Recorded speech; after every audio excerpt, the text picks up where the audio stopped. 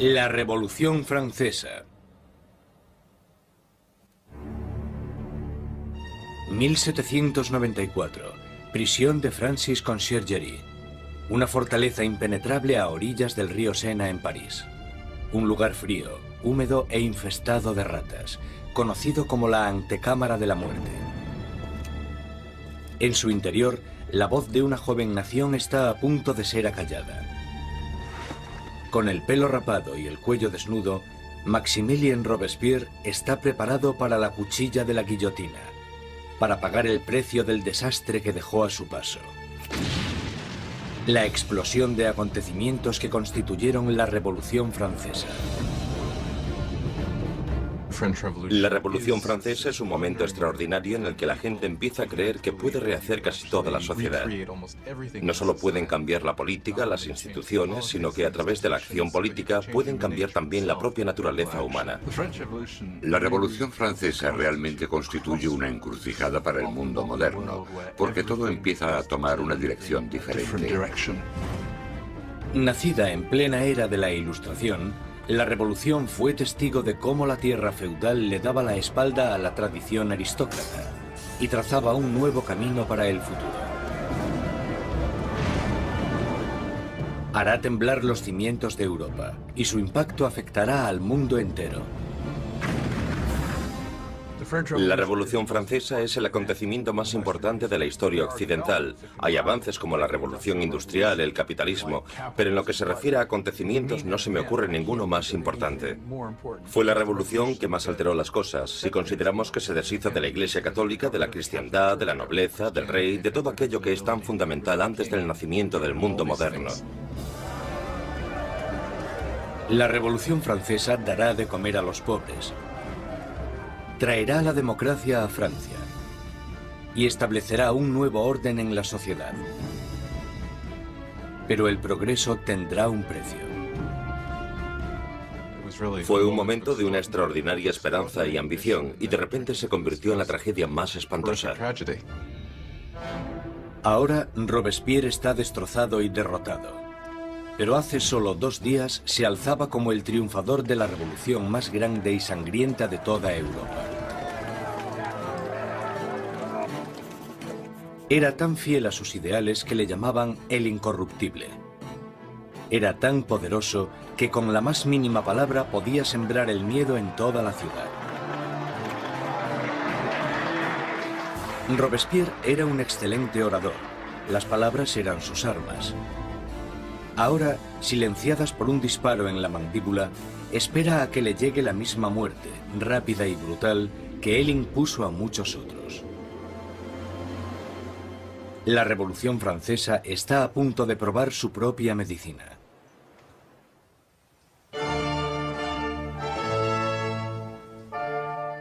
En la primavera de 1770, nadie hubiese podido prever los turbulentos acontecimientos que estaban a punto de suceder. El Palacio de Versalles se llena de distinguidos miembros de la corte real. Acabado en 1682, Versalles fue la obra maestra del rey Luis XIV. Para poner cierta distancia entre él y sus súbditos, Luis XIV se trasladó fuera de la capital de Francia, a un pequeño pueblo a 19 kilómetros al este de París, donde ordenó la construcción del palacio más grandioso de toda Europa. Durante casi 100 años ha sido la residencia de la hasta ahora inquebrantable monarquía de la nación. Y hoy es testigo de una boda muy importante. El nieto del rey Luis XIV, el príncipe Louis Capet, el siguiente en la línea sucesoria al trono, está a punto de casarse.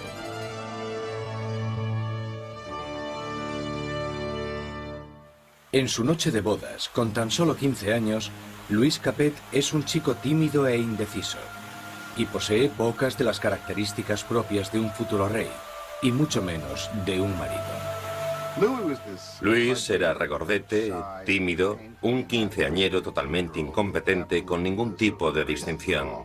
La amante de Luis XVI, Madame Dubarry, le describía como un chico gordo y maleducado. Básicamente, era poca cosa.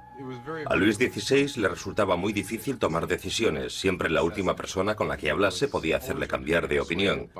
Estas no son las cualidades que tendría que tener un líder. El matrimonio de Luis es una unión política entre la familia real austríaca, los Habsburgos y su propia familia, los Borbones. La boda simboliza el fin de una antigua rivalidad y el principio del establecimiento de nuevos lazos regionales. La futura esposa llega a Francia, una inocente y guapa chiquilla de 14 años. María Antonieta. María Antonieta es archiduquesa de Austria. Es la hija pequeña de la emperatriz María Teresa. Llega a Francia como parte de un acuerdo matrimonial con el que se produce una alteración de las alianzas debido a que por primera vez en la historia Francia y Austria se convierten en aliados más que en enemigos. María Antonieta llega a Francia como un símbolo político. Pero como a toda adolescente, no le interesan los asuntos políticos. María Antonieta llega a Versalles siendo muy joven. No sabía mucho del país en el que estaba, no conocía sus costumbres y a la corte. Era una niña fuerte, muy vivaz, pero seguía siendo una niña. Cuando María Antonieta llega a Versalles, es solo una adolescente de 14 años, rubia con los ojos azules. Es guapa. Le gusta que la gente la considere atractiva y llega con la intención de conquistar a su marido y a su nueva familia.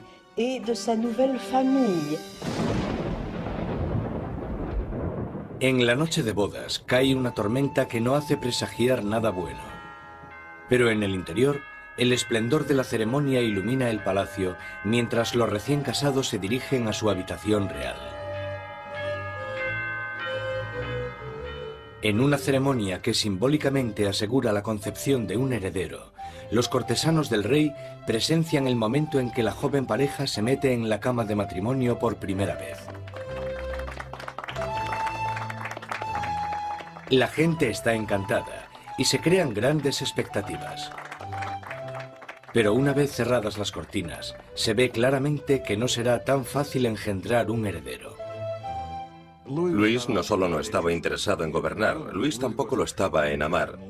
Y las primeras noches no le hizo mucho caso a su mujer, ni por extensión a su matrimonio. Pasarán años antes de que se produzca la consumación del matrimonio.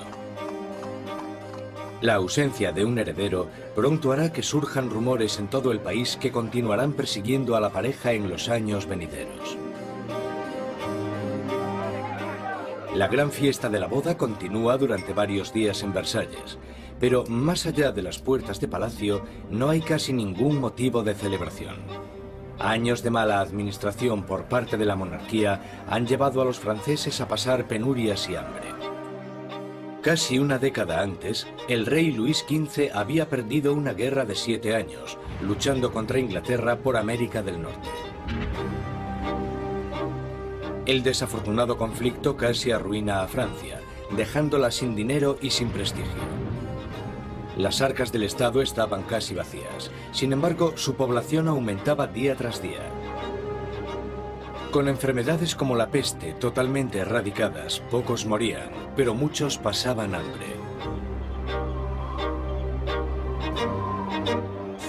En el siglo XVIII, la población de Francia aumentó de 20 a 26 millones tras haber crecido solo 1 millón en los 2 siglos anteriores. Esto causó una gran tensión generalizada y un nerviosismo en la gente. 4 años después de la boda real, el abuelo del príncipe Luis pierde su última batalla, contra la viruela. Muere Luis XV, un rey derrotado e impopular, dejando atrás a un país al borde del caos. En una espléndida ceremonia, el joven príncipe Luis hereda el trono y es coronado como Luis XVI. A pesar de la grandeza de su coronación, Luis XVI es totalmente consciente de que no está en absoluto preparado para ejercer de rey. Cuando muere el abuelo de Luis XVI y queda claro quién heredará el trono, él les dice que no sabe qué tiene que hacer, que se siente como si el mundo se le hubiese caído encima. A pesar de haber tenido una educación enfocada a su futuro reinado, no se siente preparado.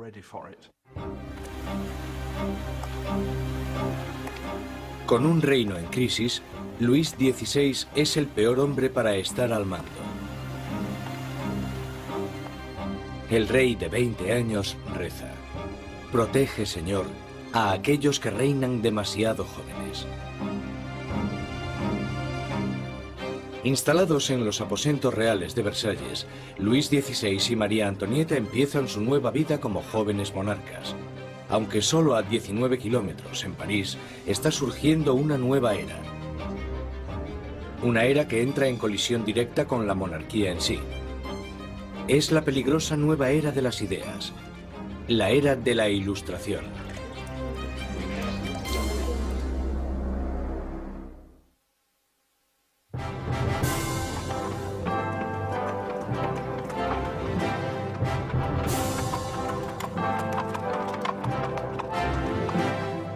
Mientras el carruaje real se va acercando al prestigioso colegio Louis le Grand en París, la gente se aglomera para echar un vistazo a la realeza. Es el momento de darle la bienvenida a París al nuevo rey, Luis XVI, y a su joven esposa.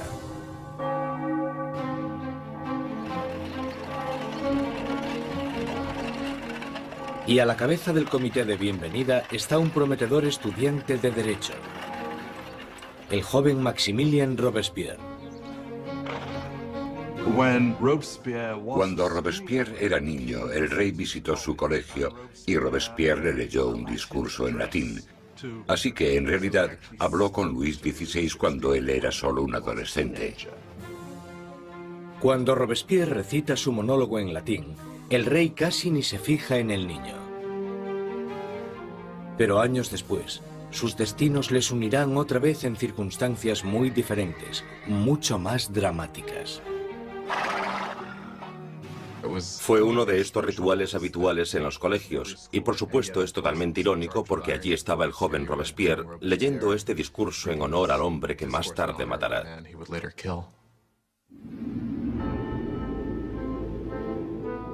Por ahora, su acogida es cariñosa y sus halagos sinceros. La visita de los monarcas puede que ganase los corazones de la gente, pero sus mentes se están inclinando cada vez más hacia una dirección totalmente diferente. Desde la Edad Media, la sociedad europea se había dividido en tres clases distintas, establecidas en el nacimiento.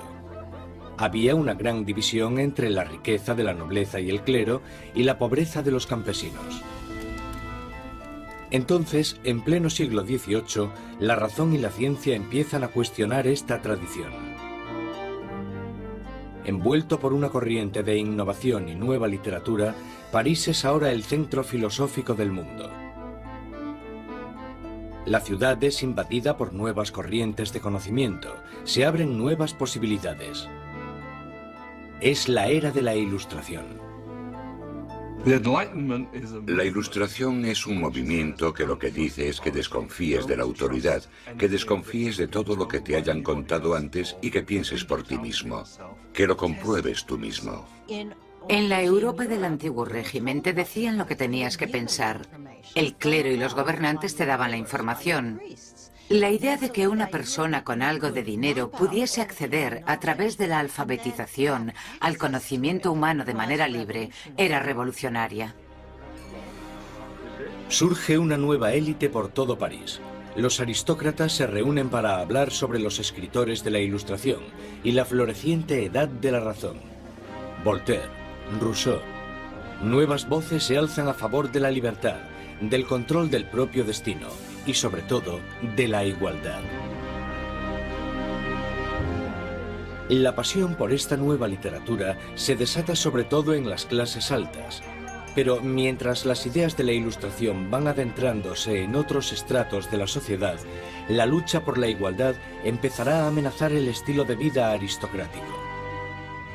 Es una amenaza porque acabarán cuestionándose por qué los aristócratas son los que tienen privilegios. Se preguntan por qué el mundo está dividido de esta manera. ¿No podemos cambiarlo para que sea un mundo mejor? ¿El progreso no es posible? Esto hará que vaya perdiendo fuerza la idea de que la monarquía, la aristocracia y la jerarquía son algo natural. Para ver aplicadas las ideas de la Ilustración, solo había que echar un vistazo al otro lado del Atlántico, donde los americanos luchaban por independizarse del antiguo enemigo de Francia, Inglaterra. El joven rey Luis quiere vengarse de las derrotas de su abuelo en la guerra y ve su oportunidad en la guerra de la independencia americana. Luis confía a la causa un total de 2.000 millones de libras, lo suficiente para alimentar y dar cobijo a 7 millones de ciudadanos franceses durante un año. La inversión marcará el inicio de un colapso económico en Francia. América lleva a Francia a la bancarrota porque para luchar en esta guerra los franceses tienen que recaudar una enorme cantidad de dinero. Esto lleva a la monarquía francesa a endeudarse para poder luchar en la guerra de la independencia americana. Y es un elemento crucial en la situación financiera de la monarquía francesa. Mientras Luis XVI manda dinero y tropas al otro lado del Atlántico, María Antonieta se ocupa de generar sus propias deudas. La vida en Versalles es una interminable rutina de rituales arcaicos y formalismos. Hay ceremonias para cuando el rey y la reina se levantan, para cuando se visten, para cuando comen, para cuando se van a la cama. Para entretenerse en medio de la monotonía de estos rituales, María Antonieta preside extravagantes desfiles de moda. María estaba obsesionada con una moda ridícula, sobre todo con esos recogidos tipo torre de varios centímetros de altura y que llevaban horas y horas de elaboración y en los que metían todo tipo de ornamentos y frutas. A muchos les parecían una obscenidad. Acabaron representando todos los problemas de ella, de Versalles y a esa cultura. Aparte de esta moda extravagante, María Antonieta se entretiene con los cotilleos de la corte, haciendo apuestas y representando obras de teatro. Cuando empieza a acumular deudas, le ponen el nombre de Madame Déficit. A María le ponen el nombre de Madame Déficit, ya que el país está sumido en un caos económico, y ella sigue gastando en vestidos, joyas y zapatos como si nada. Ella era la Imelda Marcos de su época. De todas las deudas que tiene la reina, la más grande es la que tiene con su país. Un heredero a la corona. En los 7 años que llevan casados, Luis XVI y María Antonieta aún no han concebido un hijo. Ella se encuentra en una situación cada vez más humillante. El trabajo de la reina es darle un heredero varón al trono francés. Y en esa época la gente la criticaba y estaba desilusionada. Decían que el rey nunca se debería haber casado con esa archiduquesa austriaca, porque ahora ni siquiera podía darle un heredero al trono. María Antonieta se encuentra en una situación desesperada. El apetito de Luis por la comida es incuestionable, pero el sexual está claro que no entra dentro del menú. María Teresa, la madre de María Antonieta, se cuestionaba: si una mujer tan guapa como mi hija no puede hacerle funcionar, ¿qué es lo que pasa? Luis XVI y su joven esposa María Antonieta no fueron capaces de concebir un hijo durante 7 años, y esto deslucirá el principio de su reinado. De sobra era conocida su afición de cerrajero.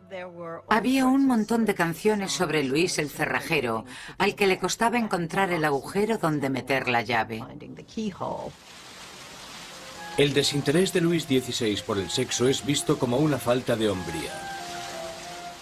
Después de años de frustración y depresión por parte de la corte, al rey se le diagnostica una enfermedad curable llamada fimosis. Luis tenía una deformidad que hacía que la excitación sexual fuese extremadamente dolorosa, y por tanto no hubo consumación del matrimonio hasta que una operación quirúrgica lo corrigió, pero le aterraba operarse y le llevó años decidirse a hacerlo. Y cuando al final se operó, voilà. Después de una simple operación, la pareja pudo tener su primer bebé, María Teresa. Pero no es fácil reparar el daño que se le ha hecho a la imagen de María Antonieta durante años. Desde principios de 1780, las calumnias habían circulado por todo el país. Sátiras pornográficas del rey y de la reina, folletos obscenos que se reían de la impotencia de Luis XVI y retrataban a la reina como una ramera promiscua en una corte pervertida y decadente. Cuando la situación en el campo empeora, la opinión de la gente sobre la monarquía empieza a cambiar. Se producen muchas malas cosechas y la inflación aumenta el precio de la harina, llevando a la escasez de la parte esencial de la dieta francesa, el pan. Pero naturalmente estas privaciones acaban a las puertas de Versalles. Mientras los monarcas continúan viviendo en la extravagancia, las quejas se traspasan al papel. A la corte real se le acusa directamente. ¿Sabe por qué hay tanta gente necesitada? ¿Es acaso que su lujoso estilo de vida devora en un día lo que 1 millar de hombres necesitaría para subsistir? ¿Quién es el hombre que está detrás de estas acusaciones? El mismo joven que solo unos años antes felicitó al rey y a la reina por su coronación, Maximilien Robespierre. La gente pronto tendrá un portavoz que pedirá la libertad y la igualdad por la revolución.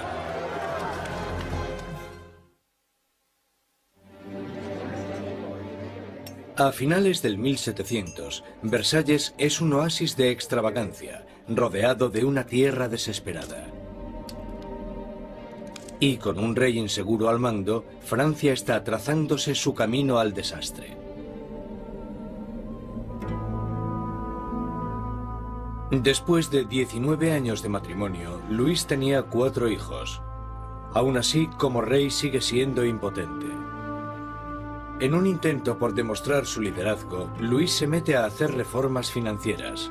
Pero su equivocada manera de manejar las finanzas carga a los pobres con muchos impuestos, mientras la nobleza no paga casi nada. Con la economía por los suelos y la gente cada vez más inquieta, parece que incluso Dios está enfadado, golpeando a Francia con el invierno más frío de los últimos 90 años. Si alguna vez hubo intervención divina para empeorar la situación, seguro que fue en el verano de 1788 y la primavera de 1789. En el verano de 1788 había una creciente crisis política desarrollándose en un momento de seria escasez de comida. En 1788, para los franceses, la harina era la esencia de la vida. El pan, su medida de subsistencia. La mayoría de la gente en Francia comía casi 1 kilo de pan al día. El pan era esencial y su subida de precio la notó todo el mundo. Si el precio se doblaba, tenías problemas. Bajo la mala financiación de Luis XVI, el precio de la harina se disparó. Las escasas provisiones se estaban agotando y el precio de una rebanada de pan pronto igualó al sueldo de un mes. El hambre se convirtió en rabia. Surgen disturbios por toda Francia. Se atacan casas. Se roban panaderías. Y los panaderos, acusados de guardar pan, son linchados allí mismo.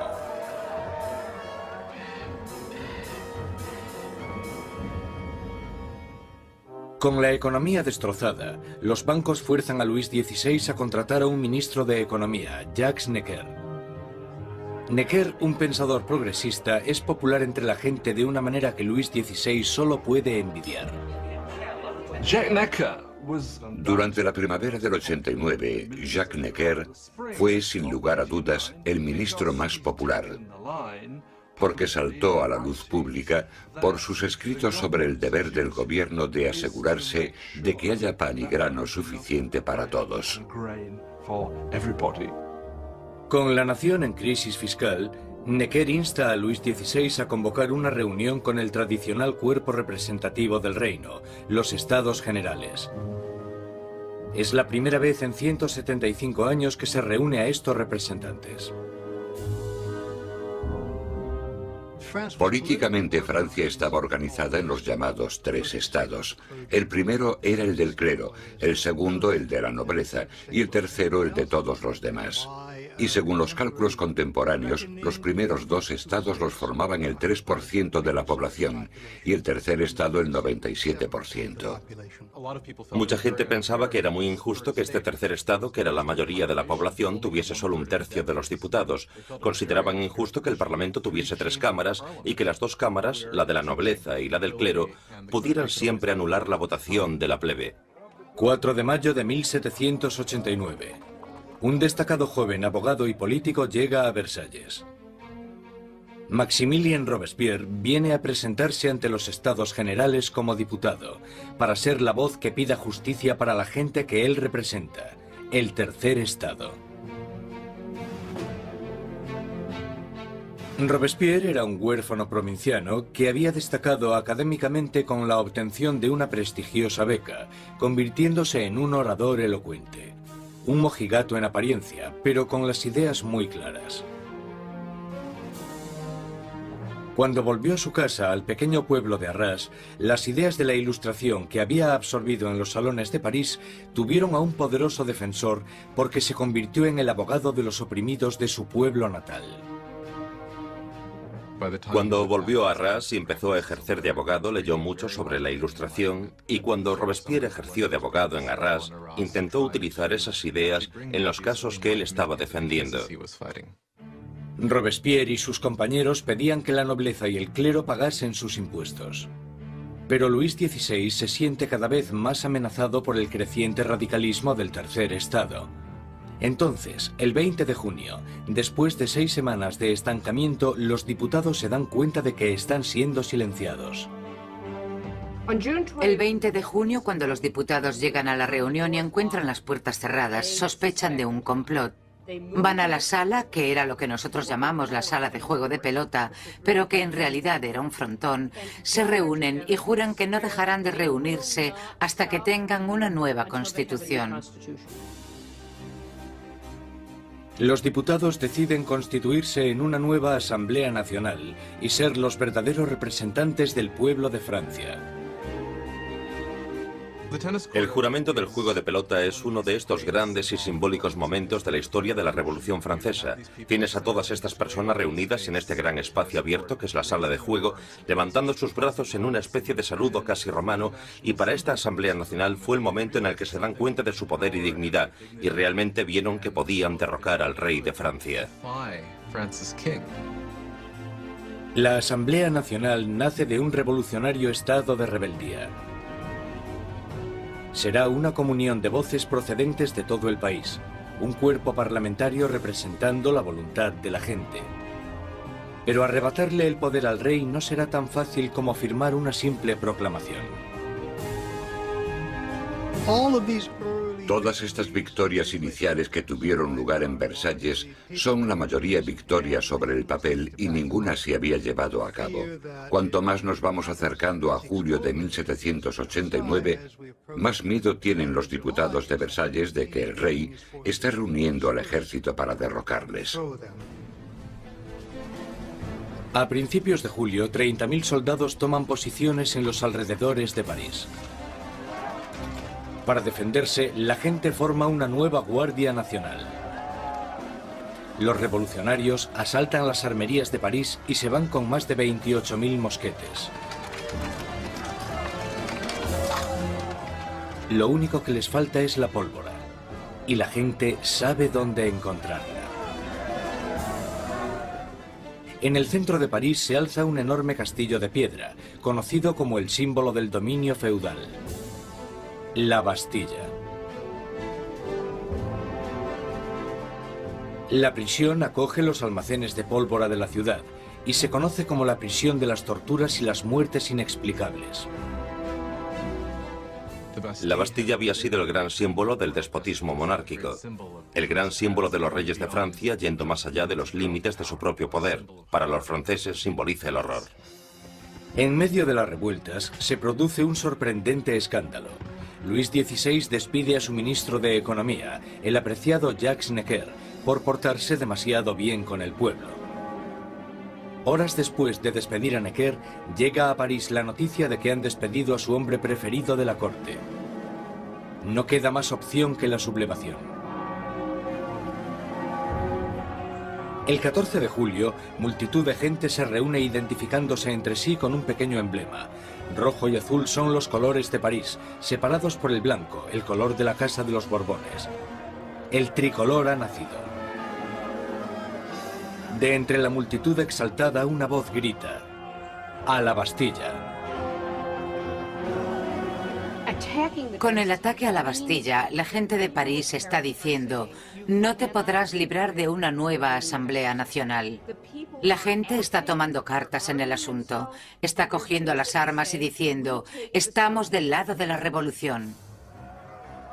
Cuando el director de la Bastilla, Bernard de Lugny, se entera de que una gran multitud se está aproximando a la prisión, intenta cerrarla. Monta una defensa desesperada, pero los revolucionarios asaltan la fortaleza y arremeten contra los guardas con cuchillos y lanzas. Finalmente, el director de Lugny se rinde, pero la multitud enfurecida le agarra arrastrándole por las calles, le abuchean, le dan patadas y le golpean hasta que grita: «¡Dejadme morir!». La multitud entusiasmada accede con mucho gusto a su petición. Le apuñalan, le disparan y nace una revolucionaria tradición. Su cabeza decapitada desfila por las calles clavada en una lanza. Los diputados de la Asamblea Nacional no condenan inmediatamente este acto de violencia. De hecho, lo aceptan. Y fue esta aceptación de la violencia política lo que, bajo el punto de vista de algunas personas, creó una forma de conducta que tendrá consecuencias catastróficas para el desarrollo de la revolución. Con el humo aún levantándose de la Bastilla, Luis XVI vuelve de su viaje de caza. Debajo de la fecha del 14 de julio de 1879 escribe: «Nada», refiriéndose a su desafortunada caza. Un asesor le interrumpe con las noticias de los disturbios y la caída de la Bastilla. Luis XVI le pregunta: ¿es una revuelta? «No, señor», responde. «Es una revolución».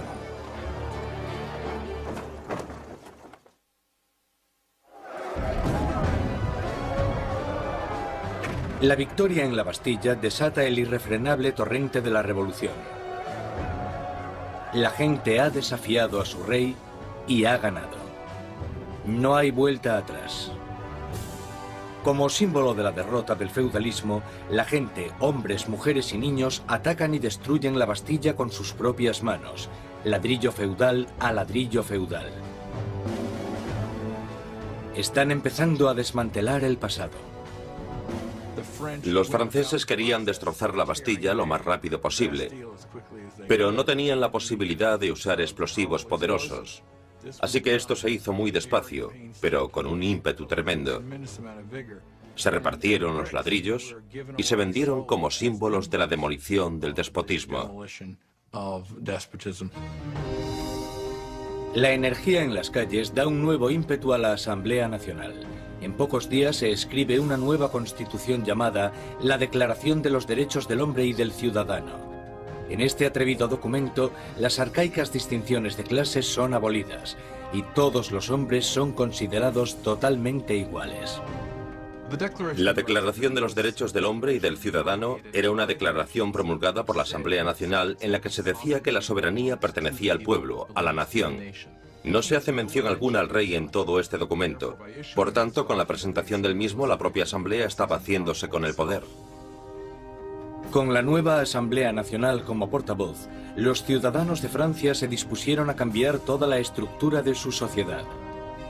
Exigían una monarquía constitucional, unos derechos iguales para todos los hombres y unas leyes razonables en las que basar la justicia. Para que se oyeran más las voces de la revolución, Robespierre exigió la libertad de prensa, que había sido censurada en el antiguo régimen.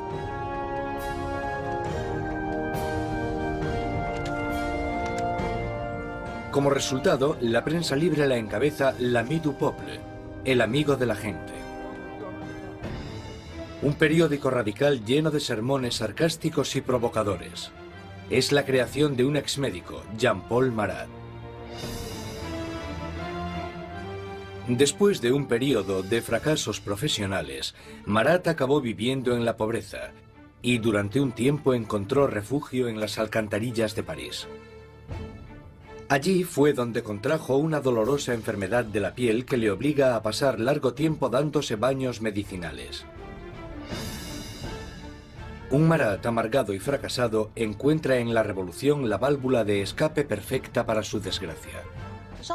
Jean-Paul Marat era simplemente uno de esos profesionales insatisfechos y desgraciadamente la revolución da una oportunidad a los profesionales insatisfechos.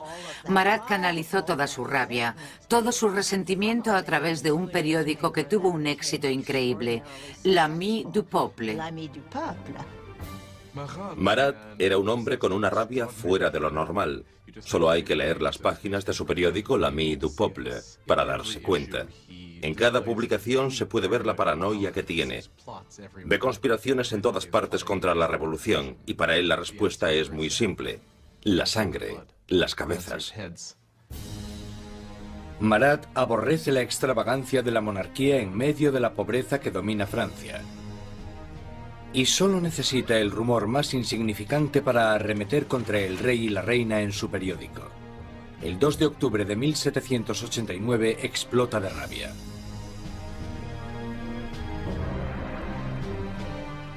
A París llega la noticia de que el rey ha celebrado una fiesta en Versalles y que en ella los decadentes monarcas habían tirado al suelo la bandera tricolor, el símbolo de la revolución, y la habían pisoteado. Marat está furioso. Escribe sobre esta difamación en su periódico, justo cuando surge una nueva amenaza. El rey ha ordenado otra vez a las tropas que tomen sus posiciones en los alrededores de París. Con el golpe maestro de la Bastilla aún reciente en las mentes de las personas, Marat insta desesperadamente a entrar en acción. Gente de París, es el momento de que abráis los ojos. Salid de vuestro letargo, despertad. Una vez más, despertad. 5 de octubre. París se despierta con un ensordecedor ruido de campanas. Las mujeres se reúnen cerca del ayuntamiento para protestar por la escasez de pan. Y, según la gente se va enterando de la ofensiva fiesta del rey, el miedo al acercamiento de las tropas reales se mezcla con la rabia. Pronto, miles de mujeres se dirigirán a Versalles, con lanzas y pistolas en sus manos. Las mujeres van a exponer sus quejas al rey. El núcleo de esta multitud estaba compuesto por las famosas poissardes, las temidas pescaderas de los mercados centrales, famosas por su complexión fuerte y su valentía. Iban equipadas con cuchillos enormes de escamar pescado y estaban muy fuertes para transportar cajas. Yo no me atrevería a meterme con ellas. Son mujeres de los barrios pobres que se ven afectadas por el aumento del precio del pan y la escasez de productos. De repente se dan cuenta de que tienen que hacer algo. Es bastante increíble que estas mujeres de a pie, que seguramente la mayoría no supieran ni escribir su nombre, de repente se convirtiesen en las protagonistas de un proceso histórico. En Palacio, la noticia de que había un grupo de mujeres acercándose llegó a oídos de la reina. Cuenta la leyenda que fue en este momento cuando María Antonieta dijo la famosa frase que en realidad nunca dijo. María Antonieta no dijo, dejadles comer tarta. Eso es un mito. Desgraciadamente a María Antonieta probablemente ni siquiera le importaron los pobres de su país el tiempo suficiente como para decir eso. Mientras las mujeres se reúnen fuera de las puertas, Luis XVI se da cuenta de que la revolución ya no puede ser ignorada. La tiene en la puerta de su casa.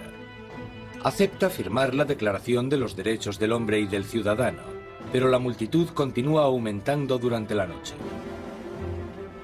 Cuando llega la mañana, hay 20.000 personas acampadas fuera de Palacio Real. Para acabar con los signos de distancia entre el rey y sus súbditos, la multitud enfurecida pide que el rey y la reina se trasladen a París. Más indeciso que nunca, Luis XVI es demasiado débil para responder. Su indecisión desatará la furia entre la multitud y pondrá las vidas de la familia real en grave peligro. Al no conseguir conformidad inmediata con lo que ellas quieren, realmente parece que van a matar a la reina. Un grupo de mujeres entran en el palacio, pidiendo a gritos la sangre de la reina. Matan a los guardas, los decapitan y clavan sus cabezas en lanzas. Estaban como locas gritando por todo el palacio. Dadme sus entrañas, dadme su cabeza, yo quiero una pierna, yo quiero un brazo. Creo que estaban tan frenéticas que si la hubiesen encontrado probablemente la habrían descuartizado.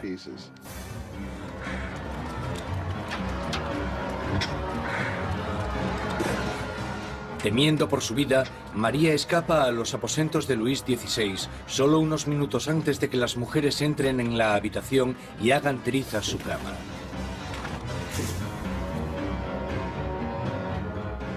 El rey y la reina están ahora a la merced de la multitud.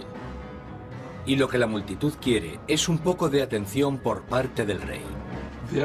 La única forma de que las mujeres se calmen es que la familia real acepte ir a París, porque creen que una vez que estén allí, entonces pueden obligarles a hacer lo que la gente de París quiera.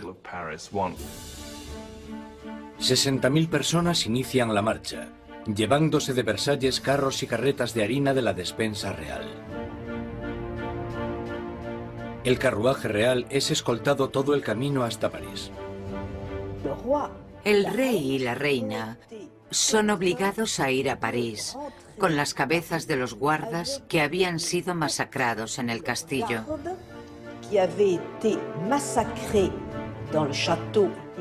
Les habían cortado las cabezas. Es realmente un acto de violencia extrema. Las cabezas se reconstruyen con maquillaje y desfilan delante del carruaje del rey y la reina. El rey y la reina hacen del Palacio de las Tullerías su nuevo hogar. Nunca volverán a ver Versalles.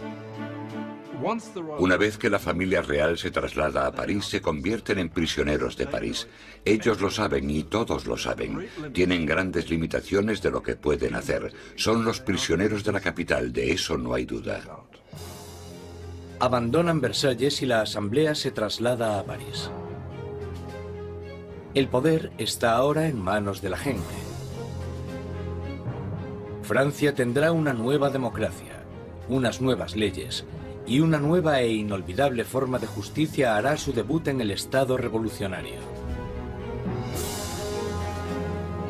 La guillotina.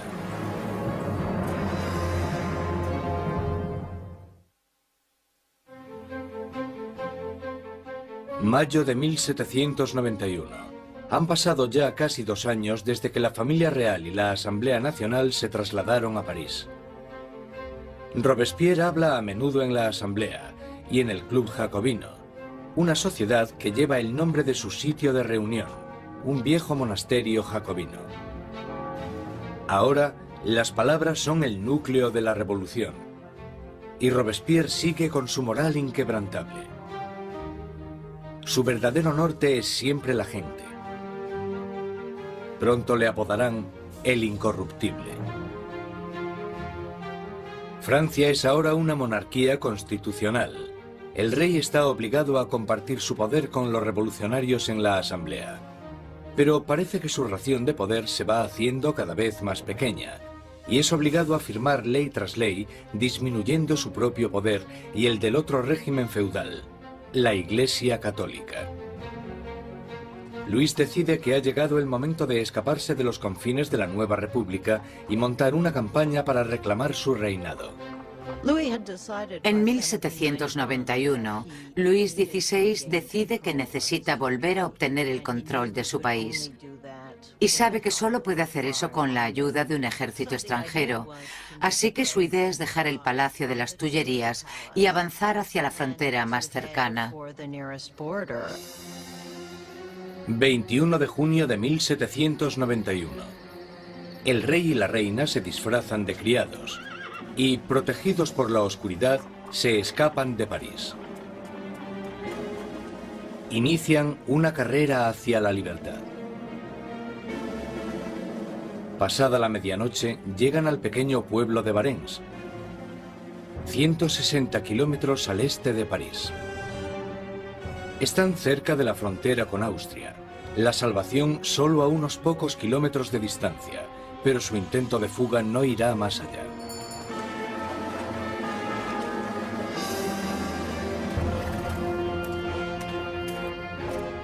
Los rumores del viaje de los monarcas les habían precedido.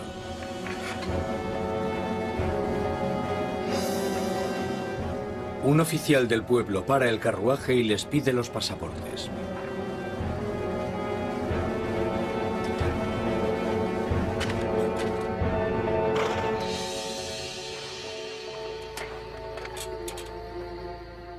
Las sospechas del oficial se confirman. Es la firma del rey. El hombre está impresionado, pero los guardias revolucionarios de cerca de allí no se sienten nada intimidados por esto.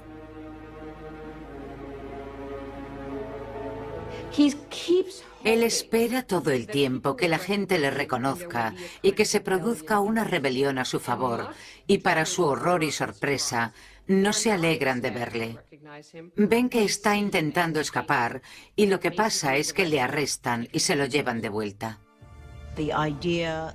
La idea de que el monarca había intentado abandonar a su pueblo era psicológicamente catastrófica. El acontecimiento realmente rompió el lazo que unía a Luis XVI con sus súbditos.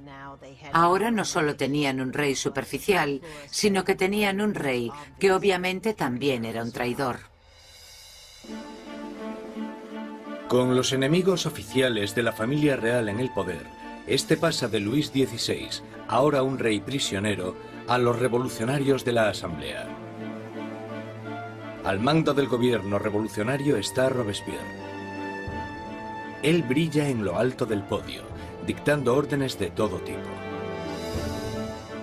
Exige el sufragio universal y el fin de la esclavitud en las Antillas francesas. Pide incluso con más pasión la erradicación de la pena de muerte. En la nueva era de la Ilustración, Robespierre quiere deshacerse de todos los restos del pasado medieval. Europa ha heredado un macabro repertorio de métodos de ejecución de la Alta Edad Media. Muertes crueles y tortuosas, a base de arrastrar, descuartizar, colgar, ahorcar y quemar en la hoguera. Bajo el antiguo régimen había toda una colección de truculentos castigos. La decapitación estaba reservada para la nobleza, y algo que la revolución quería desde el principio era que todo el mundo tuviese una muerte igual. Querían simbólicamente que todos pudiesen tener el mismo castigo. A pesar de la oposición de Robespierre, una nueva máquina de matar toma protagonismo en París.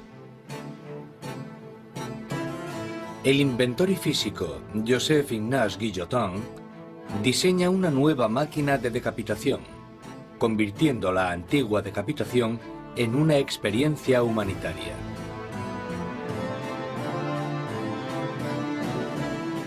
El doctor Guillotin describe su nuevo aparato a la Asamblea. El mecanismo cae como un rayo. La cabeza sale volando. La sangre se desparrama. El hombre está muerto. El mayor defensor del derramamiento de sangre, el periodista Marat, publica un artículo entusiasta en su periódico anunciando el nuevo nombre del aparato: guillotina.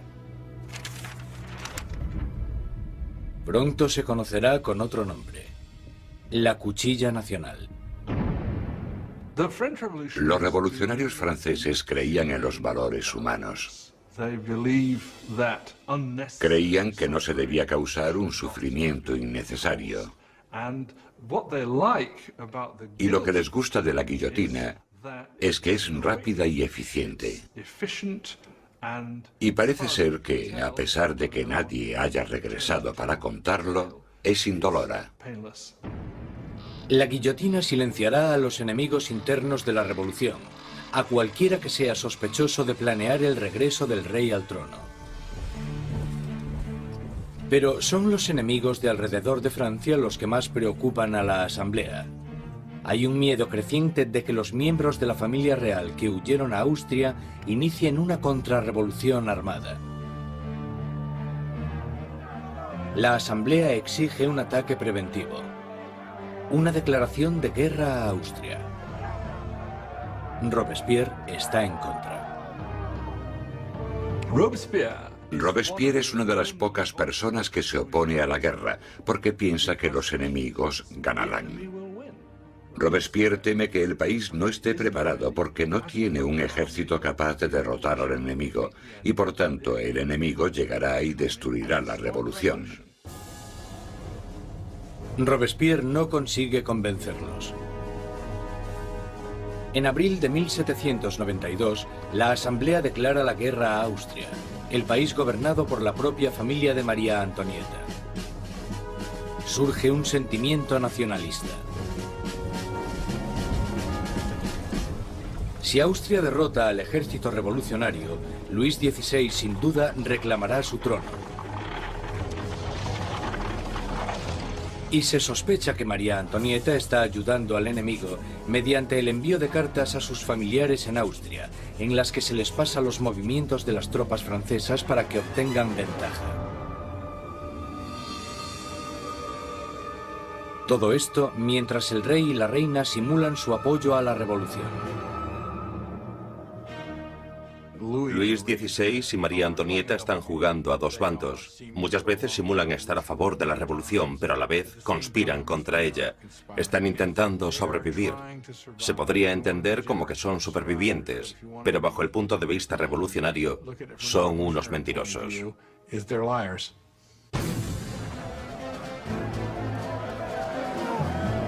Con el ejército francés sufriendo grandes pérdidas en la frontera, llega la noticia de que en París el aliado de Austria, Prusia, se ha unido a la invasión. Las tropas están bajo el mando del duque de Brunswick, un general prusiano. La tensión invade las calles de París. Y entonces los periódicos publican una carta del duque de Brunswick, un manifiesto en el que se amenaza con destruir París si se le hace daño a sus majestades el rey y la reina. Una amenaza equivocada que fracasa totalmente. 10 de agosto de 1792. 27.000 ciudadanos armados, empujados por la rabia y la indignación, se dirigen al Palacio de las Tullerías e inician un ataque salvaje contra los guardias reales. Si estás disfrutando de este contenido, no olvides suscribirte al canal y activar la campanita de notificaciones para no perderte nuestros próximos vídeos. Tu apoyo es muy importante para nosotros. Al final mueren más de 800 hombres de ambos bandos.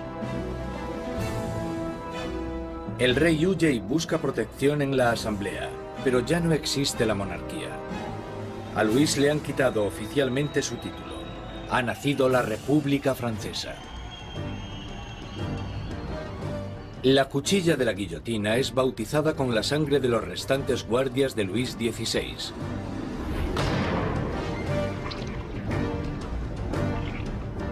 Y Robespierre, en su día un incondicional opositor de la pena de muerte, ha cambiado de opinión. El nacimiento de una nueva república solo puede iniciarse con la muerte de un rey. El nuevo y espeluznante aparato del Dr. Guillotin se cierne sobre París como una advertencia. El castigo por desobedecer la ley y el orden. Recientemente bautizado con la sangre de los guardias del rey, pronto terminará también con la vida del rey. En agosto de 1792, con el rey destronado y la familia real metida en prisión, Robespierre y sus jacobinos están sumidos en una lucha por el control del gobierno nacional contra los girondinos, los moderados de la Asamblea. Pero en las calles de París hay un nuevo movimiento político. Como símbolo de su rechazo a la tradición aristocrática, los ciudadanos de a pie se niegan a llevar los calzones o culottes de los aristócratas. Se hacen llamar los sans-culottes, los sin calzones. Los sans-culottes se consideran los verdaderos representantes del pueblo francés, no eran de los más pobres. Solían ser artistas y tenderos bastante bien avenidos, gente de ese estilo, pero al menos trabajaban con sus propias manos. No ponerse los calzones, los culottes, para ellos simbolizaba sencillamente que no eran aristócratas, que eran gente normal. Los sans-culottes toman el control del gobierno de la ciudad de París, mientras que los jacobinos y los girondinos incitan al país a no apoyar a la Asamblea Nacional, ahora llamada la Convención.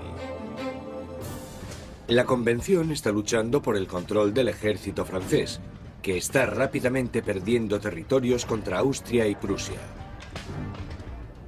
Mientras en la frontera se sigue luchando contra los enemigos, el gobierno revolucionario toma medidas enérgicas contra los enemigos de la ciudad, los traidores monárquicos que podrían poner a París en manos de los invasores.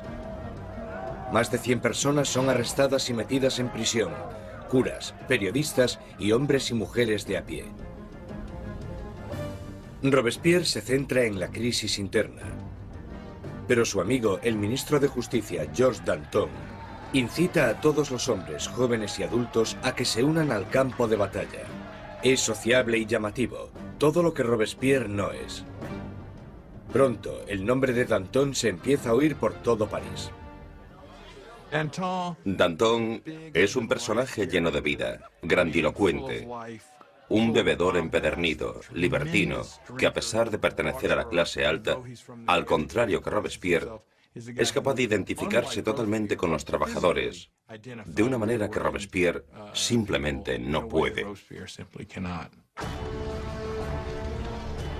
Según se va acercando el enemigo, la convincente retórica de Danton moviliza a la gente, haciendo que muchos se decidan a acudir al frente. Hay un momento muy famoso en el que los ejércitos austríaco y prusiano les están invadiendo, y él se pone delante de la gente y grita eso de: para vencer nos hace falta audacia, más audacia y siempre audacia. Realmente es una persona capaz de dirigir a un país en la lucha contra el invasor. Es un momento extraordinario. Al irse tantos hombres al frente a luchar, París se queda indefenso, con las cárceles llenas de prisioneros políticos.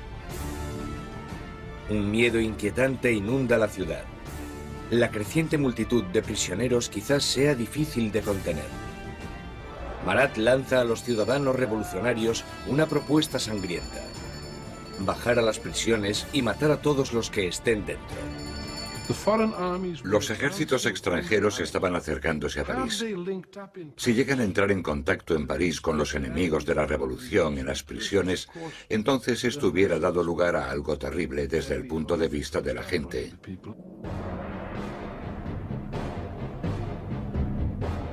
En la primera semana de septiembre llegan malas noticias del frente.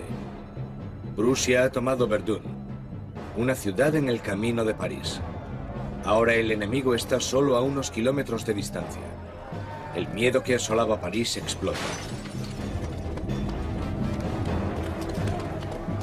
Los sans-culottes entran en las prisiones e inician un violento ataque contra los presos de la ciudad.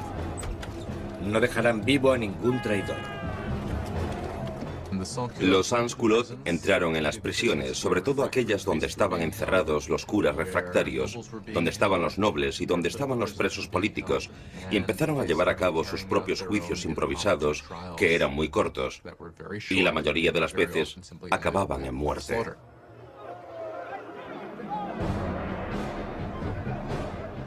Las mujeres son violadas o mutiladas, los curas son destripados, los aristócratas descuartizados. En la primera masacre, más de 1.600 personas son asesinadas en solo unos días.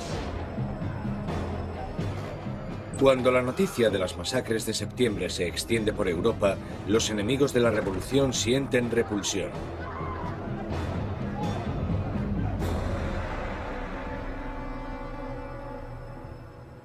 Al otro lado del Canal de la Mancha, el London Times publica su repugna. ¿Son estos los derechos de los hombres? ¿Es esta la libertad de la naturaleza humana? Los tiranos más salvajes que vagan a cuatro patas por los territorios inexplorados de África son incluso superiores a estos animales parisinos de dos patas. La revolución ha tomado un rumbo intolerable. Incluso Robespierre se da cuenta de que las cosas han ido demasiado lejos, que la gente no puede dirigir sola la revolución. Necesitan a alguien que les guíe. Una mano de hierro. Gracias al poder de sus palabras, el incorruptible salta a la palestra como el hombre que puede guiar a la revolución. Robespierre, que anteriormente había apoyado la monarquía constitucional, ahora cree que ya no hay sitio para un rey. Se toma una decisión trascendental. Francia llevará a juicio a su propio monarca.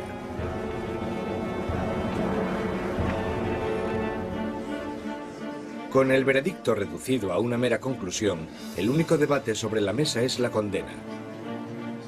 Los moderados, los girondinos, piden que no se acabe con su vida. Y esto les deja a un lado de la convención. A los girondinos se les planteaba una cuestión importante en lo que se refiere al rey, porque aunque ellos estaban convencidos de querer una república, no estaban tan seguros de que fuera necesario matar al rey. Los jacobinos, que querían la sangre del rey, superaban en número a los girondinos. ¿Por qué los jacobinos querían matar al rey? Yo creo que porque, como muy bien dijo Robespierre, para que la revolución pueda vivir hay que matar al rey. Si está bien que haya un rey, entonces algo va mal en la revolución. En todos los sistemas que existen, solo hay un castigo para la traición, y ese es la muerte. Por tanto, en ese sentido, si el rey es culpable de traicionar a su país en tiempos de guerra, entonces la conclusión es que debe sufrir la muerte de un traidor. El 20 de enero de 1793, Luis XVI es declarado culpable. Se dicta sentencia. El rey debe morir.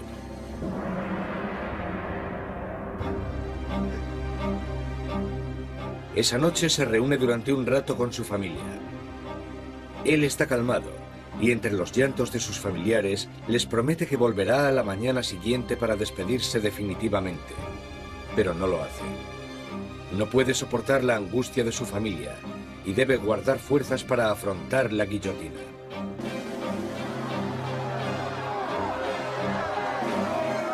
A la mañana siguiente, un carruaje lleva a Luis XVI al patíbulo. Estoicamente camina hacia la guillotina.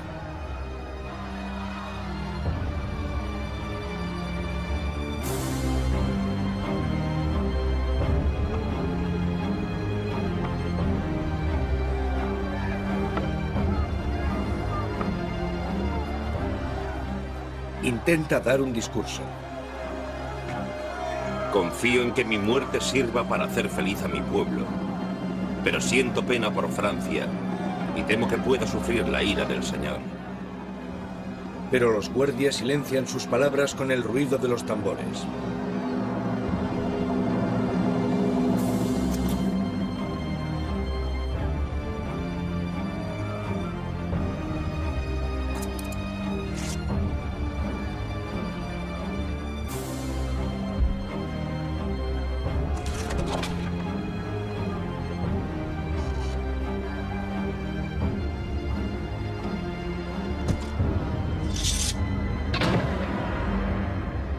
A las 10:22 de la mañana se acaba con la vida del hombre que fue rey de Francia.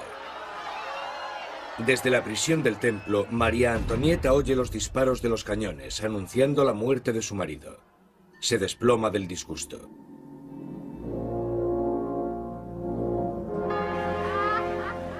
La sangre del rey es derramada. La revolución victoriosa. Pero los enemigos de la revolución pronto reclamarán su propia victoria. ¿Su objetivo? El hombre que está pidiendo que rueden tantas cabezas. Jean-Paul Marat.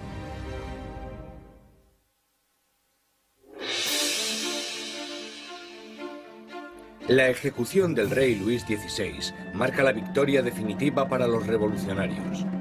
Un momento cumbre en el que la joven nación, la República Francesa, nace literalmente de la sangre.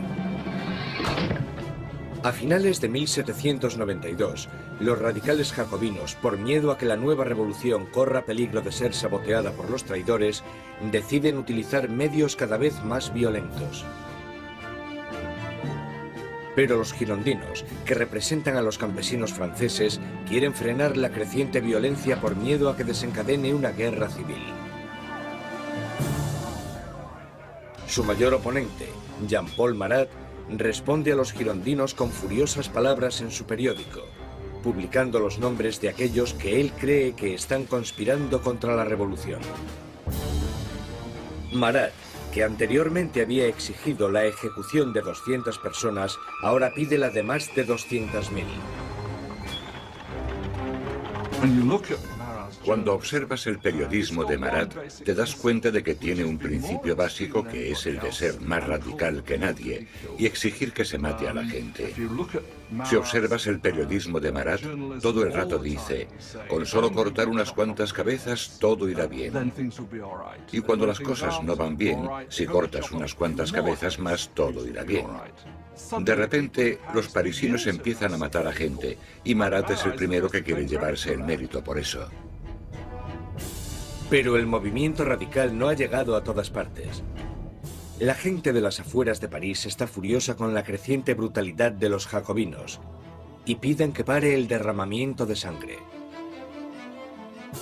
Este mensaje llega a oídos de la encantadora Charlotte Corday, una chica provinciana sencilla pero a la vez segura de sí misma.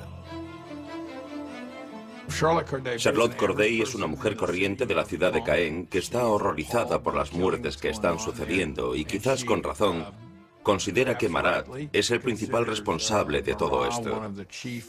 Él ha jugado un papel decisivo en el radicalismo de la revolución. La gente seguía pidiendo que rodasen cabezas.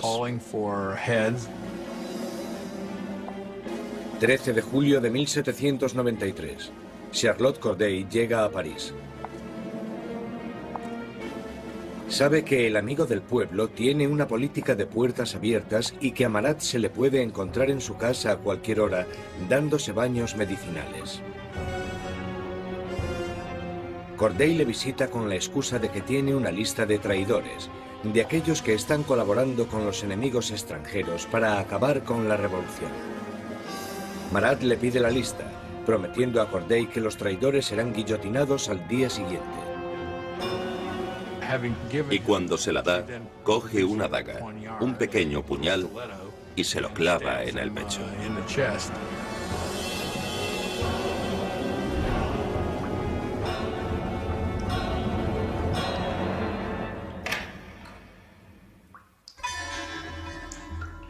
El llamado amigo del pueblo muere en el acto. La furiosa voz de su periódico es silenciada.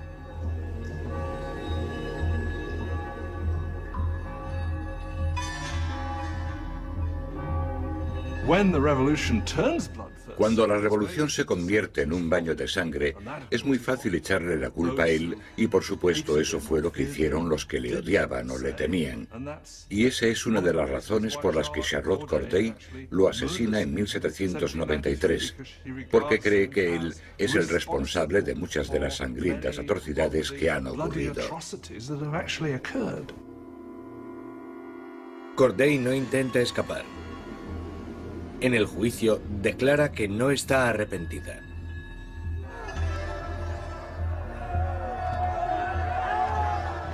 ¿Qué esperaba conseguir asesinando a Marat? La paz.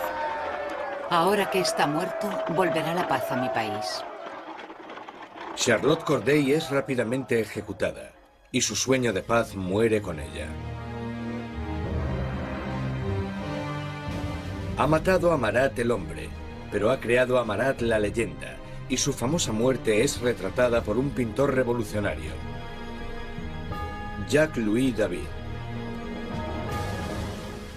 Se convirtió en un mártir. Se convirtió en algo casi como una figura religiosa. Había gente que incluso le rezaba, decían corazón de Jesús, corazón de Marat. En su funeral llegaron a hacer cosas como coger el baño donde le habían matado y ponerlo en el altar casi como si fuera una especie de crucifijo.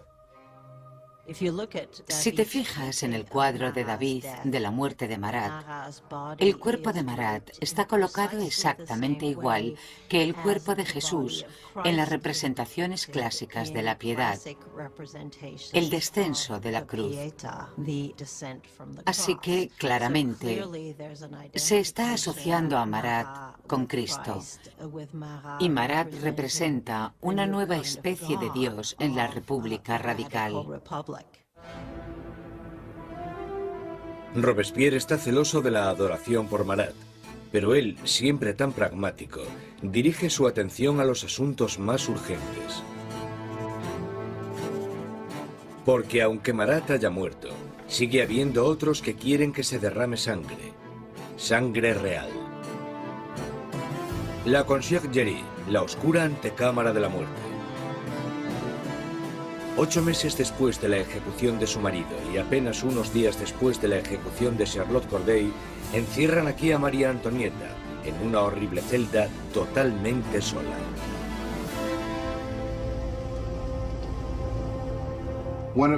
Una de las cosas más terribles que le suceden a María Antonieta es que después de la ejecución de Luis XVI, le quitan a sus hijos. Sus hijos eran lo más importante para ella y sabía que los revolucionarios someterían a su hijo a terribles torturas para que se olvidase de sus orígenes reales. Y parece que ella estaba en lo cierto. En tan solo un par de años, su hijo murió por causa del terrible abandono y las torturas a las que era sometido. María Antonieta, la que fuera una joven presumida, tiene ahora solo 38 años, pero la revolución la ha envejecido mucho más. María Antonieta era una mujer muy guapa, elegante, hasta que llegó la revolución. A partir de 1788 empezó a adelgazar. El pelo se le llenó de canas, dejó de ser coqueta y de ponerse guapa. Adelgazó muchísimo. El día del juicio estaba irreconocible. El 15 de octubre se celebra el juicio de María Antonieta y es acusada de traición y de dilapidar los fondos nacionales. Las pocas pruebas que se presentan son basadas en espantosos y vengativos rumores. Una acusación se añade a la lista. Es acusada de incesto con su hijo. Ante esta acusación, María Antonieta se alza para defenderse. Apelo a la conciencia y a los sentimientos de todas las madres presentes para saber si hay alguna de vosotras que no se estremezca ante la idea de semejante horror. Y en ese momento hubo un cambio de tercio porque todas las mujeres se sintieron culpables y se dieron cuenta de que habían llegado demasiado lejos con esas acusaciones. María Antonieta tiene esperanzas de que, en un momento de compasión pública, la deporten a Austria, pero sus esperanzas se echan por tierra cuando se entrega la sentencia. Correrá el mismo destino que su marido. María Antonieta estaba en cierto sentido condenada desde el principio. Era el símbolo de la alianza austríaca que había demostrado ser desastrosa para Francia. Ella era, junto con su marido, el hazmerreír de la gente debido al aparente fracaso sexual de su matrimonio.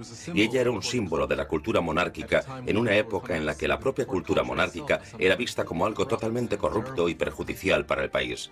Así que por todas estas razones, era odiada como ninguna otra reina había sido odiada jamás. Era vilipendiada e injuriada.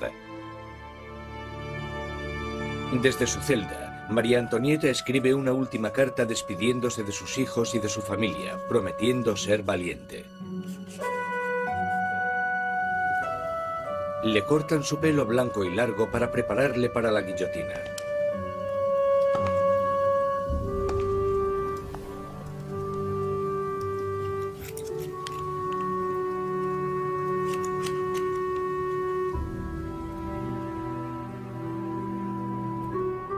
Le atan las manos con firmeza. Mientras es escoltada para salir de la prisión, tiene la esperanza de que llegue un carruaje. En vez de eso, es una carreta, la carreta donde van los criminales comunes. Ella esperaba que cuando la llevasen al patíbulo recibiría el mismo tratamiento que recibió el rey, lo que suponía subir en un carruaje cerrado para que la multitud no pudiese llegar hasta ella. Pero la pusieron en una carreta abierta y la gente le gritaba todo tipo de cosas, cosas horribles, terribles amenazas. Apenas la sombra de la soberana que fue, María Antonieta mantiene su dignidad de reina mientras desfila por las calles de París.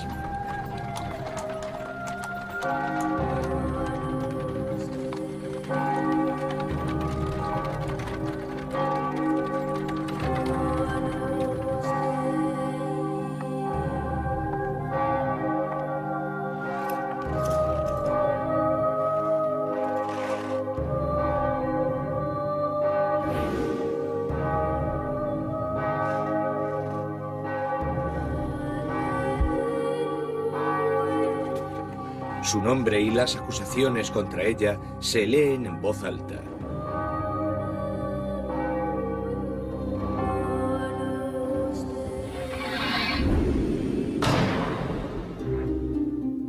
La última reina de Francia ha muerto.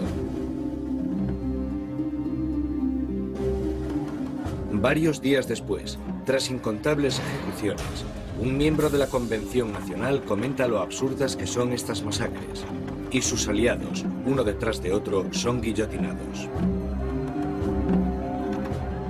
Él dijo, la revolución es como Saturno, devora a sus propios hijos.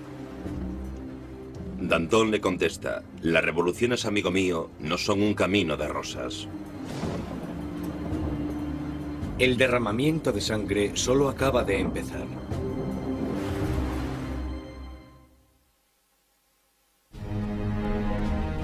Septiembre de 1793. 4 años de revolución y Francia está siendo totalmente destrozada. En las provincias se producen violentas insurrecciones. Y en la guerra contra Europa están perdiendo a muchos hombres. Tras sufrir una terrible derrota, los británicos toman la ciudad costera de Toulon. Europa está minando cada vez más las fronteras francesas. Francia es el país más grande y más poblado de Europa Occidental y tiene un gran poder militar. Y claro, cuando empezó la revolución, un montón de sus tradicionales enemigos y también un montón de sus tradicionales aliados pensaron, sí, esta es nuestra oportunidad, no para hacerse con algún territorio de Francia, sino para enriquecerse a su costa y debilitarla, para siempre. Francia está aislada de toda Europa. Gran Bretaña la está bloqueando y Austria y Prusia están atacándola e invadiéndola. La gente de París tiene miedo de que la victoria de la contrarrevolución dé lugar a un baño de sangre. Danton y Robespierre, los mejores oradores de la Convención, se dan cuenta de que para poder salvar la revolución tienen que atacar. Convencen a sus compañeros para establecer una nueva y amenazadora ley marcial. Es hora de que todos los franceses disfruten de una igualdad sagrada. Es el momento de imponer esta igualdad mediante leyes que hagan justicia contra los traidores y conspiradores. Haced que el terror esté a la orden del día. Esto inicia un nuevo capítulo en la revolución. Un periodo de represión violenta llamado el terror. En un increíble cambio de tercio, los revolucionarios suspenden la nueva constitución y todos los derechos que garantizaba. Se colocan policías de paisano por todo el país. Cualquier persona sospechosa de realizar actividades contrarrevolucionarias es perseguida. sometida a un juicio rápido y mandada a la guillotina. El reino del terror fue concebido como un gobierno de emergencia. Lo que ellos entendían como terror se basaba en sembrar el terror en los corazones de los enemigos de la República. Por lo tanto, digamos que o estaban muertos de miedo o eran arrestados y liquidados.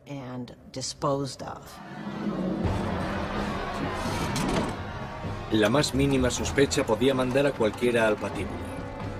Políticos que hablasen bien de la difunta monarquía, cualquiera que utilizase el antiguo monsieur o madame en vez del nuevo vocablo, ciudadanos. El miedo llena el aire. Los vecinos denuncian a sus vecinos. El incesante movimiento de las carretas de la muerte resuena en todas las calles de París.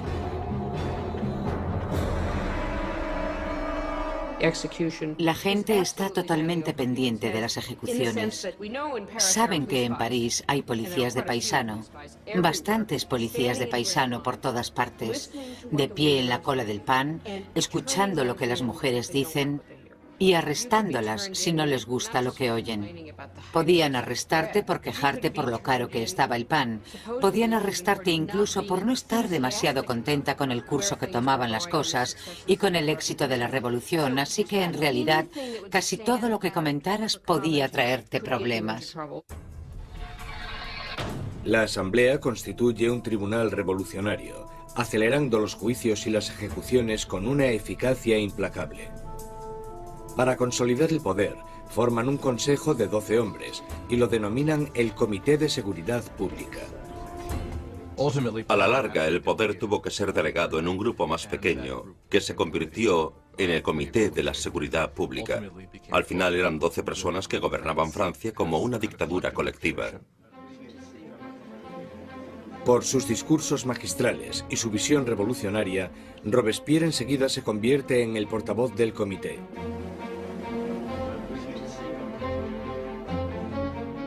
Y su voz está pidiendo que se derrame más sangre. Una de las ironías de la vida política de Robespierre es que desde el principio él estaba totalmente en contra de la pena de muerte.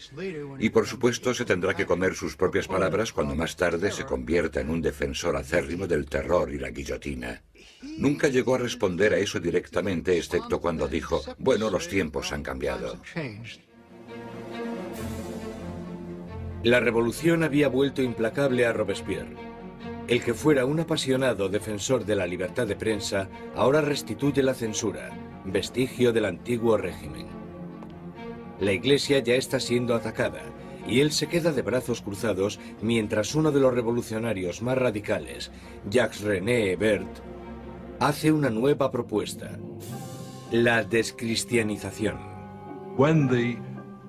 En plena crisis de la guerra y en plena rebelión interna, la gente empieza a decir que la culpa de todo la tienen los curas, la religión.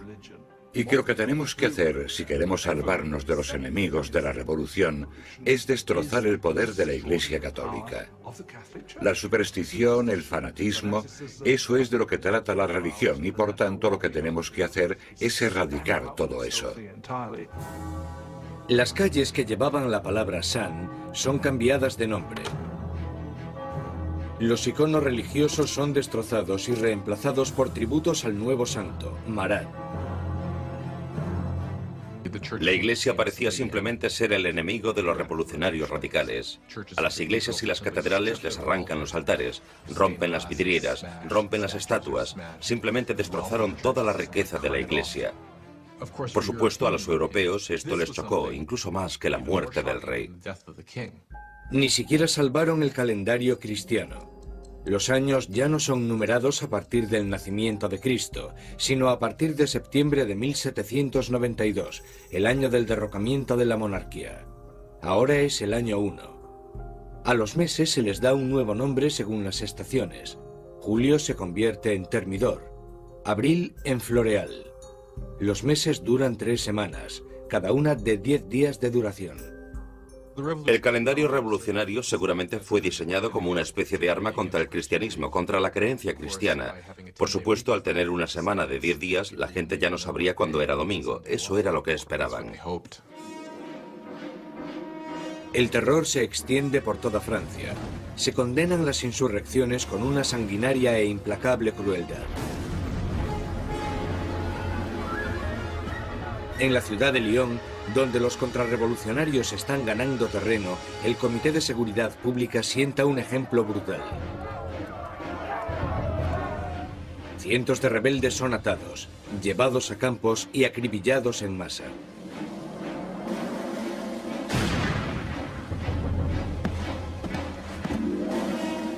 Una región llamada la Vendée, al oeste de Francia, también se ha convertido en bastión de la contrarrevolución. Barcas llenas de rebeldes y curas atados entre sí son hundidas sin piedad.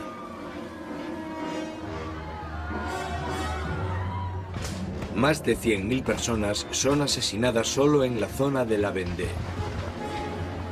En París, la hoja de la cuchilla cae a un ritmo aún más frenético.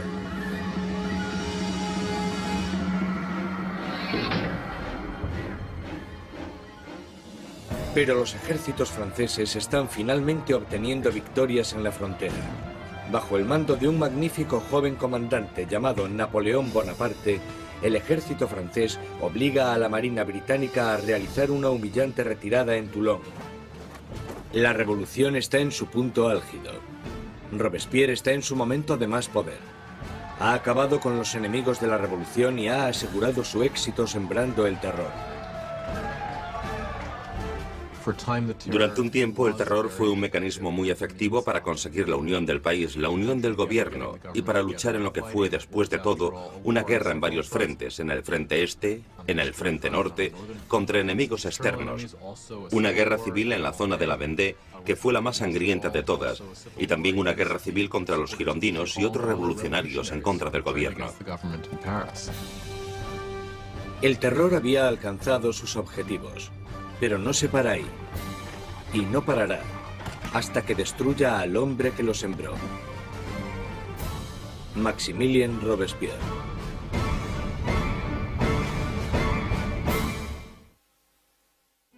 Con la sangre del terror, Maximilien Robespierre ha rescatado a la revolución. Un enérgico ejército está defendiéndose contra los ataques en la frontera, pero las dificultades internas aún no se han sofocado. En la cima del éxito, Robespierre sueña con un reto aún más grande. Sembrar más terror para crear un nuevo tipo de sociedad. La República de la Virtud. Con virtud se refiere a la virtud cívica. Es un principio fundamental para Robespierre. Por ejemplo, no puedes ser un ciudadano virtuoso con simplemente obedecer la ley. Debes de estar activamente involucrado en el trabajo del Estado, y eso incluye acabar con los enemigos del Estado. El 5 de febrero de 1794, Robespierre da un discurso destacando su filosofía. El terror sin la virtud es desastroso, pero la virtud sin el terror no vale para nada. Asocia la virtud con el terror. El terror en ese momento se convierte, a su manera de ver, en un instrumento con el que crear virtud. Pero otros no están de acuerdo. Para Danton, la revolución está yendo por el camino equivocado. Él y sus seguidores, los dantonistas, creen que es el momento de acabar con el terror, porque este ya ha hecho su función. En la primavera de 1794 las cosas empiezan a mejorar. Ya no hay tantos problemas con la comida, la campaña de guerra está yendo mejor y Danton está diciendo básicamente que necesitan establecer una nueva base de gobierno, moverse hacia la normalización. Robespierre piensa que es demasiado pronto. Danton empieza organizando un grupo para debatir cómo acabar con el terror. Robespierre lo interpreta como una amenaza directa al gobierno. No lo ve como una simple diferencia de opinión sobre la dirección que debe tomar la política. Lo ve como una traición. Y en la República de la Virtud de Robespierre, Solo hay una respuesta a la traición. Los dantonistas son perseguidos y enseguida sentenciados a muerte. Robespierre ha mandado a cientos al patíbulo, pero estas ejecuciones le ponen nervioso. No acudirá a la decapitación de sus antiguos amigos y aliados. Mientras sube las escaleras de la guillotina, Danton grita: De lo único que me arrepiento es de irme antes que esa rata de Robespierre.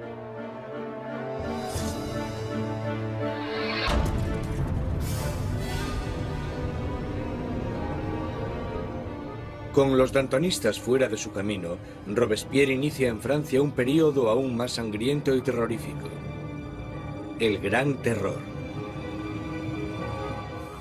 El Gran Terror es el nombre de la última fase del terror que duró desde la primavera hasta el verano de 1794. En este periodo, el ritmo de las ejecuciones empieza a aumentar de verdad, con lo que se desata el miedo, principalmente en París, aunque en todo el país empieza a aumentar de manera exponencial. Se calcula que al mes en París se realizaban 800 ejecuciones, y al final del periodo incluso más.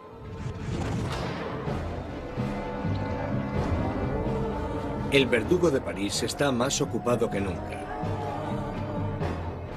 Pero el 6 de junio de 1794, las carretas de la muerte dejan de sonar. La guillotina permanece silenciosa. Robespierre ha declarado un nuevo día de fiesta religiosa: el Festival del Ser Supremo. Quiere reemplazar al viejo dios católico por uno nuevo, la diosa de la razón. Dicen que Robespierre nunca apoyó las políticas ateas. Él pensaba que la gente necesitaba creer en una divinidad, y ayudó a introducir este culto que se llamaba el culto al Ser Supremo. Y creo que fue en junio de 1794 cuando se colocó este increíble escenario, con coros de gente vestida de blanco cantando, y se construyó esta especie de montaña de papel maché en el centro de París. Y en el momento más importante de la ceremonia, el propio Robespierre salió de la cima de esta montaña vestido con una toga y caminando montaña abajo. Y creo que en ese momento un montón de gente pensó: vale, ¿quién se cree que es? ¿Acaso se cree que es Dios? ¿Acaso se cree que es el rey? Mientras el Gran Terror se descontrola, los aliados de Robespierre se dan cuenta de que ha perdido totalmente el contacto con la realidad. Hay algunos que piensan que Robespierre realmente había llegado a un punto tan extremo e irracional que ya no había vuelta atrás. Unos creen que su fanatismo le ha superado y otros que simplemente se ha vuelto loco. Una vez más, Robespierre centra sus sospechas en aquellos que están cerca de él. El 27 de junio, ahora el 9 de Thermidor, aparece en la convención y da un discurso lleno de amenazas. Será el último discurso que dará. Robespierre comete un error. Anuncia que tiene una nueva lista de enemigos de la República, pero no quiere darla. Todo el mundo teme estar en ella, y cuando al día siguiente decide hacerla pública, le arrestan antes de hablar. Un improvisado coro de voces grita a Robespierre. Él les mira en silencio. Los diputados le acusan de rebeldía e inmediatamente le retiran de la convención. Robespierre y varios de sus aliados son llevados al ayuntamiento, donde permanecen vigilados durante la noche. Por la mañana temprano se oyen disparos y los guardias corren al segundo piso. Abren las puertas y se encuentran con una escena espeluznante. Uno de los aliados de Robespierre se ha tirado por una ventana. Otro se ha pegado un tiro en la cabeza. Y a Robespierre lo encuentran semi-inconsciente, con una herida de bala en la cara y la mandíbula destrozada por un supuesto intento de suicidio.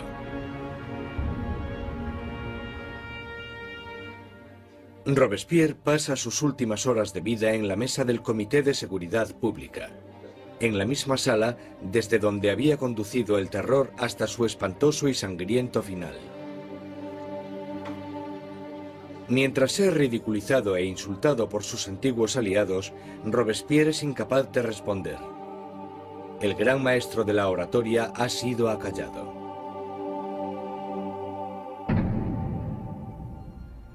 En la Conciergerie, donde la última reina de Francia le había precedido, Robespierre se prepara para la hoja de la cuchilla nacional. Su compañero de celda, el revolucionario Saint-Just, le señala un dibujo de los derechos de los hombres y el ciudadano, y declara: por lo menos hicimos eso. Robespierre encabezó la revolución y cambió la estructura de Francia. Estableció un nuevo orden de sociedad e instauró un sistema sangriento y tiránico para asegurarse el éxito. Pero estaba destinado a ser una de las últimas víctimas de este sistema. Resulta que la gente quiere realmente acabar con el terror, pero nadie sabe cómo hacerlo. Lo único que puede acabar con el terror, y parece que en eso todos están de acuerdo, es la caída de Robespierre.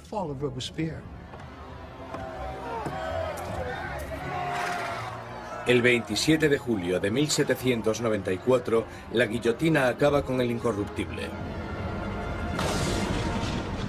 Y la última sangre del terror es derramada. El terror muere con Robespierre, pero la revolución no. Los derechos del hombre, la democracia, la nueva república. Los logros de la revolución sobrevivirán más que cualquiera de los propios revolucionarios. Francia entrará en un periodo de incertidumbre, paralizada por el miedo a otro terror, o incluso algo peor: la vuelta a la pasada monarquía opresiva. Pasarán 5 años de estancamiento, hasta que, una vez más, el poder se consolide en manos de un único hombre, Napoleón Bonaparte. Los historiadores no se ponen de acuerdo sobre cuándo terminó la revolución. Algunos creen que terminó con la subida al poder de Napoleón. Otros mantienen que la revolución continuó hasta el siglo XIX e incluso más allá. La Revolución Francesa es un momento en el que la gente toma por primera vez las riendas de su propio destino. La idea de que los súbditos de la monarquía más antigua, más prestigiosa y más poderosa de Europa pudiesen reescribir su historia fue algo que tuvo una resonancia increíble. La revolución destruyó la antigua Europa feudal y cambió para siempre el curso de la civilización occidental. Con la Revolución Francesa surgen muchas preguntas. ¿Cuánta violencia está justificada para conseguir una sociedad mejor? ¿Tiene la gente derecho a acabar con lo que consideran un sistema injusto para reemplazarlo por lo que están convencidos en sus corazones de que es un sistema más justo? ¿Cuánta violencia está justificada para poder llevarlo a cabo? Aún hoy en día nos preguntamos todo esto. Cuando Robespierre y sus aliados estaban ocupados conduciendo a su país hacia el futuro, muchos de ellos se debieron haber preguntado cuál sería el resultado final. Más de 200 años después del nacimiento de la República Francesa, el fantasma de Robespierre está aún presente en las revoluciones. Desde Rusia hasta Vietnam, desde China a América Latina.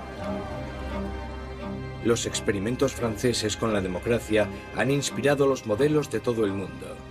Sea donde sea que haya una tiranía, el grito pidiendo justicia perdurará para siempre.